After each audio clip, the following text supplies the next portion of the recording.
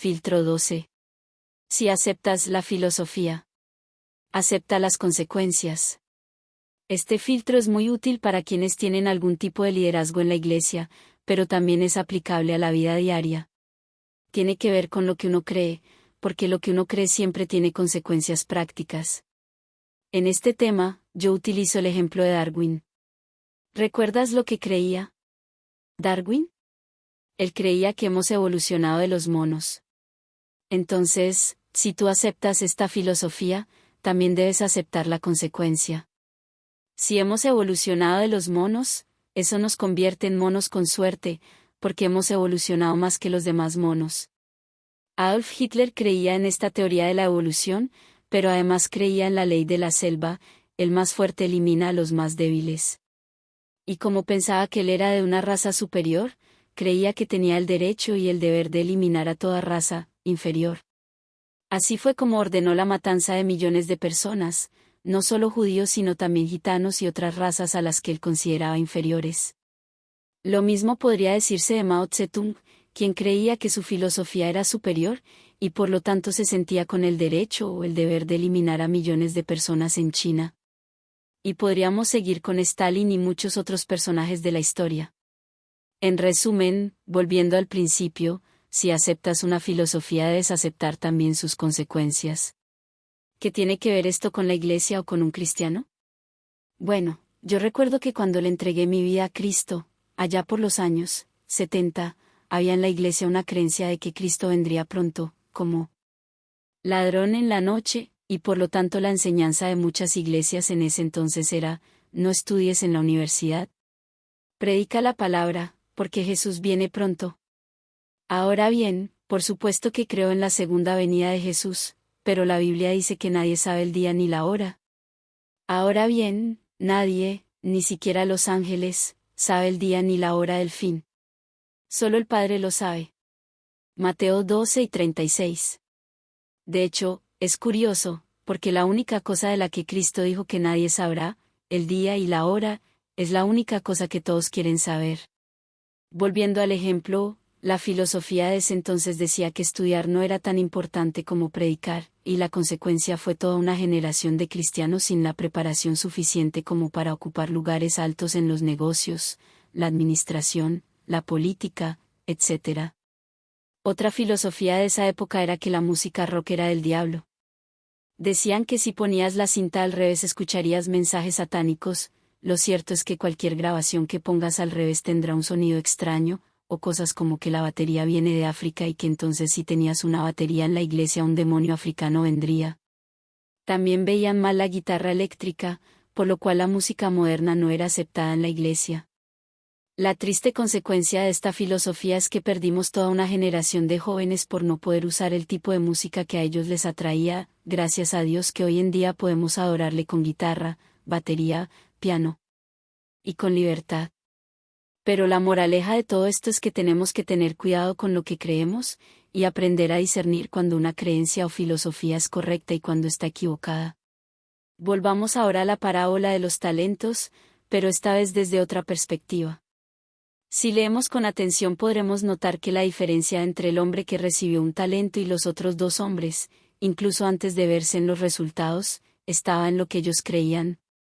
Fíjate bien, el que recibió un talento creía que su señor era un hombre duro y que cosecharía de donde no sembró, y por creer esto terminó en las tinieblas de afuera, las que representan una vida amarga y triste.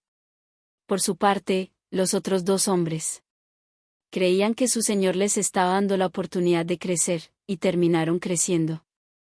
Esto me lleva a hacerte la siguiente pregunta: ¿cuál es la imagen que tienes de Dios? ¿Crees que Él está esperando cualquier oportunidad para castigarte? ¿Crees que está enojado contigo? Yo creo que Dios no está enojado contigo. Y Dios no está enojado ni con Lima, ni con Buenos Aires, ni con la ciudad en la que vives.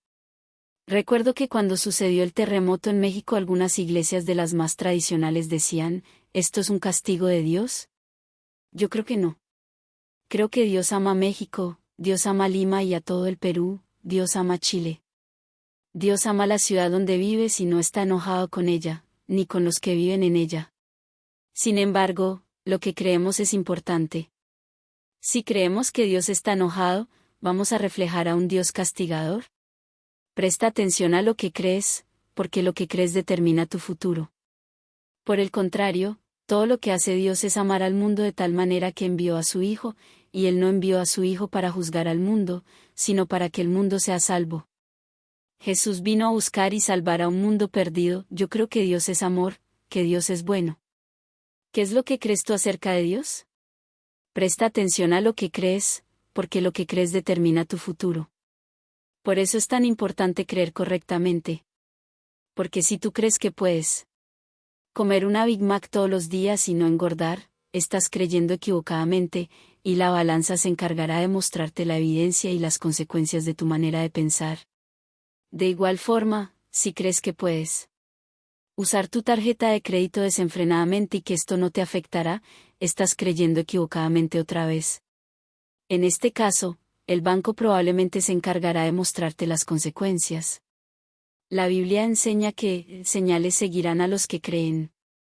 Por lo tanto, podemos saber qué es lo que crees por las señales que te siguen. Una manera sencilla de observar esto es ver lo que ha florecido en el entorno del cual eres responsable, porque solo cosechamos aquello que sembramos. Y si no te gustan las señales que te siguen, solo tienes que cambiar lo que crees. Puede ser un cambio simple como dejar de usar la tarjeta de crédito, o decirle no a cosas que te dañan, como ciertas comidas o las bebidas gaseosas, o puede ser responder más amorosamente a tu esposo o esposa, o no llevar más trabajo a la casa. Dios vino a este mundo y habló nuestro lenguaje para advertirnos de las consecuencias desagradables de seguir una creencia equivocada o de cometer acciones equivocadas. Dios no desea castigarnos, Él envió a Jesús para rescatarnos, pero también para enseñarnos una nueva y mejor manera de vivir. Jesús vino para enseñarnos a creer correctamente.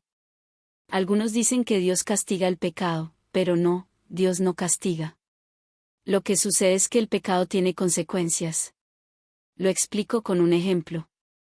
Si hay un perro a un costado de una carretera llena de autos andando a toda velocidad, y este perro quiere cruzar al otro lado, a mí me gustaría hablar idioma perruno y gritarle, no, no lo hagas, porque hay peligro, y yo sé que tú no lo sabes.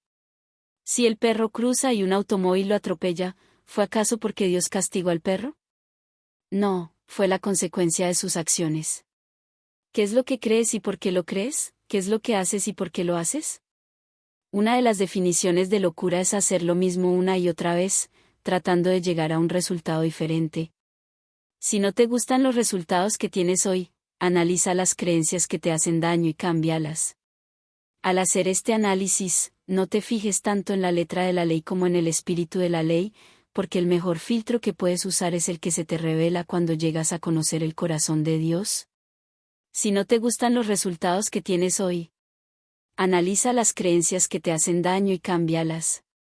Por eso, te animo a evaluar qué está floreciendo en tu huerta, y a arrancar lo que te hace daño y no funciona, luego empieza a sembrar todo lo que viene de Dios, y tendrás mejores cosechas de las que nunca antes has tenido.